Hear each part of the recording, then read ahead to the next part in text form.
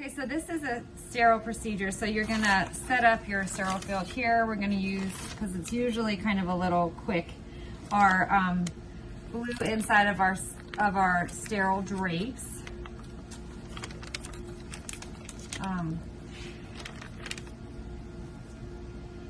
Your provider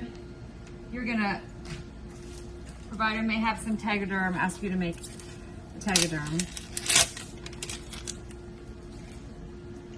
You're gonna have a 3-way stopcock,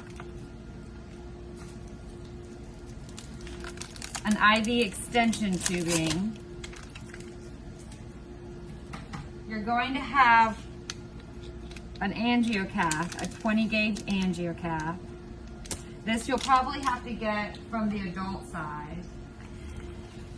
You're also going to have a 10 gauge Lurlock and a 20 gauge Lurlock. That's your 20 and this is your 10. There's a couple things that you're gonna probably have to open for your provider. One being betadine. Or betadine swabs. There's like a ChloraPrep, you could put that open as long as it's sterile. Your provider's gonna have sterile gloves.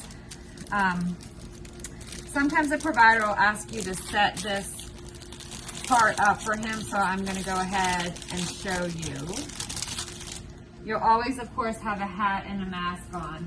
The other thing you might have to open up for your provider is Vaseline gauze, which you're gonna use after the fact when you're done evacuating the space.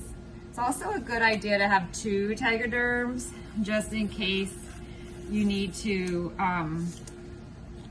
secure the angiocath while it's still in. Well, if you have to put in a chest tube, you're setting up the chest tube.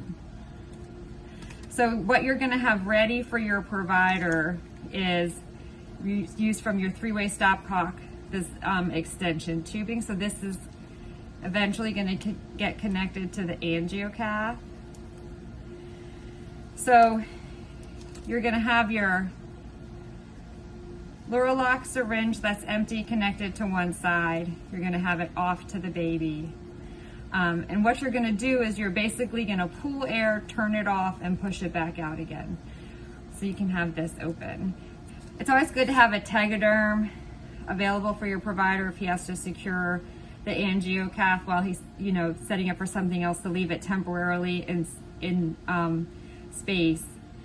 You're gonna most likely open up the betadine for your provider and let your provider get it out of the containers, or whether you use ChloraPrep or something like that. Sometimes ChloraPrep you can already have open on your sterile field if it's sterile.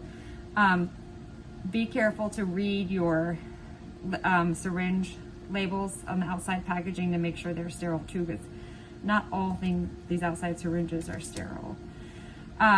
So you're gonna connect your stopcock, 3-way stopcock, and you can take this off. So what your provider in effect is gonna do is going to use the needle, the angiocath, pull out the needle into the pneumothorax space to help evacuate the pneumothorax.